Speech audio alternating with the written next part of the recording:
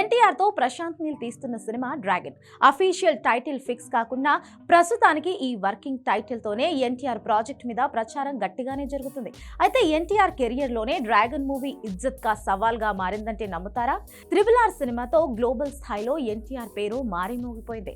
చరణ్తో కలిసి నాటు నాటు పాటతో తూటాలా దూసుకెళ్లిన తారక్ తర్వాత దేవరాగా మారాడు. రాజమౌళి సెంటిమెంట్ బ్రేక్ చేశాడు. అసలు దేవరా వస్తుంటే అది ఎన్టీఆర్ ఇమేజ్ కి ఇజ్జత్ కా సవాల్ అనాలి. అలాంటి టైంలోనే బ్లాక్ బస్టర్ పడింది. అలాంటప్పుడు డ్రాగన్ ఎందుకు ఎన్టీఆర్ కి ఇప్పుడు డూ ఆర్ డై సిచ్యువేషన్ గా మారింది?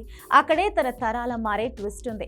ఎన్టీఆర్ కి పాన్ ఇండియా లెవెల్లో మాస్ మార్కెట్ ఎంతైనా పెరగొచ్చు, కానీ ఇక మీదటే తను ఎదగాలన్నా సైడ్ కి వెళ్ళిపోవాలన్నా అంతా డ్రాగన్ రిజల్ట్ మీదే ఆధారపడి ఉంటుంది. ఒకవైపు హాలీవుడ్ లో సూపర్ హీరో ఛాన్స్, మరోవైపు రాజమౌళి నెక్స్ట్ ప్రాజెక్ట్, రెండూ తనకి దక్కుతాయనే ప్రచారం బలంగా వినిపిస్తోంది. కానీ ఏది అఫీషియల్ గా కన్ఫర్మ్ కాలేదు.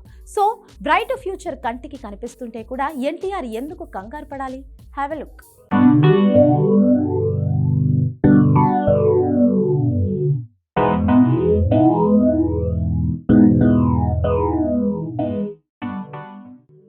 ఎన్టీఆర్ నటుడిగా ప్రూవ్ చేసుకున్నాడు. మాస్టర్గా మొన్నటి వరకు యంగ్ టైగర్, RRR తర్వాత మ్యాన్ ఆఫ్ మాసెస్గా మారిపోయాడు. దేవరతో నార్త్ ఇండియాని కూడా షేక్ చేశాడు. అక్కడ కూడా మాస్ మార్కెట్ని క్రియేట్ చేసుకున్నాడు. వార్ 2 మూవీ అంతగా ఆడకున్నా తన వల్లే కనీసం 300 కోట్ల వరకు వసూళ్లు వచ్చాయనేంతగా హృతిక్నే ఓవర్ షాడో చేశాడన్నారు. మల్టీస్టారర్ మూవీ వార్ 2 ఫ్లాప్ అయినా ఆ మాత్రం ఆడటానికి ఎన్టీఆర్ మాస్ ఇమేజే కారణమనే మాట వచ్చిందంటే హిట్లతోనే కాదు, ఫెయిల్యూర్స్తో కూడా ఒక మూవీకి మాస్ ఇమేజ్ ఎంత ముఖ్యమో నార్త్ మార్కెట్లో ఎన్టీఆర్కి పెరిగిన ఇమేజ్ ఏంటో క్లారిటీ వచ్చినట్లయింది. ఇదో రకంగా చెడులో మంచి. సో ఎలా చూసినా ప్రభాస్, చరణ్ కంటే కూడా పాన్ ఇండియా లెవెల్లో ఎన్టీఆర్ స్ట్రాటజీ బానే ఉంది. ఫేట్ కూడా బానే కలిసి వస్తుంది. ఇప్పుడు ప్రశాంత్ నీల్ మేకింగ్లో డ్రాగన్ 2 భాగాలతో దండెత్తబోతున్నాడు. దేవరకు సీక్వెల్ ఎలాగూ ప్లానింగ్లో ఉంది కాబట్టి అక్కడ కూడా తనకి సేఫ్ జోనే. కానీ డ్రాగన్ మూవీ పోతే ఇక ఫ్యూచర్ లేనట్టు, ఎన్టీఆర్ కెరియర్ ఆగిపోయినట్టు, ఇజ్జత్ కా సవాల్ అన్న మాట ఎందుకు వస్తుంది? ఇదే ప్రశ్న ఎన్టీఆర్ వేసుకున్నట్టున్నాడు. అందుకే ఇప్పుడు డ్రాగన్ విషయంలో తనది డూ ఆర్ డై సిచ్యువేషన్ అంటున్నారు. దానికి ఓ సాలిడ్ కారణం ఉంది. బేసిక్గా ఎదిగే టైంలో మొక్క విరిగినా, చెట్టు సైడ్కి విరిగినా దాని ఎదుగుదలకు అర్థం లేనట్టే. తెలుగు జనాలకి ఈజీగా కనెక్ట్ అవ్వాలంటే రౌడీ స్టార్ విజయ్ దేవరకొండ లైఫే బెస్ట్ ఎగ్జాంపుల్. పెళ్లి చూపులు, అర్జున్ రెడ్డి, గీతా గోవిందం ఇలా ఒకటి తర్వాత ఒకటి హిట్ అవ్వటం, అర్జున్ రెడ్డి పాత్రతో భారీగా ఇమేజ్ రావటం, కట్ చేస్తే లైగర్ తర్వాత తన అడ్రస్సే లేదు. ఎదగాల్సిన టైంలో ఘోరమైన ప్లాపులు పడ్డాయి. సో తనకి ఎన్టీఆర్కి పోలిక అంటే కానే కాదు. కాకపోతే డ్రాగన్ మూవీ విషయంలో డైరెక్టర్ ప్రశాంత్ నీలే ఎన్టీఆర్కి ప్లస్ అవ్వాలి.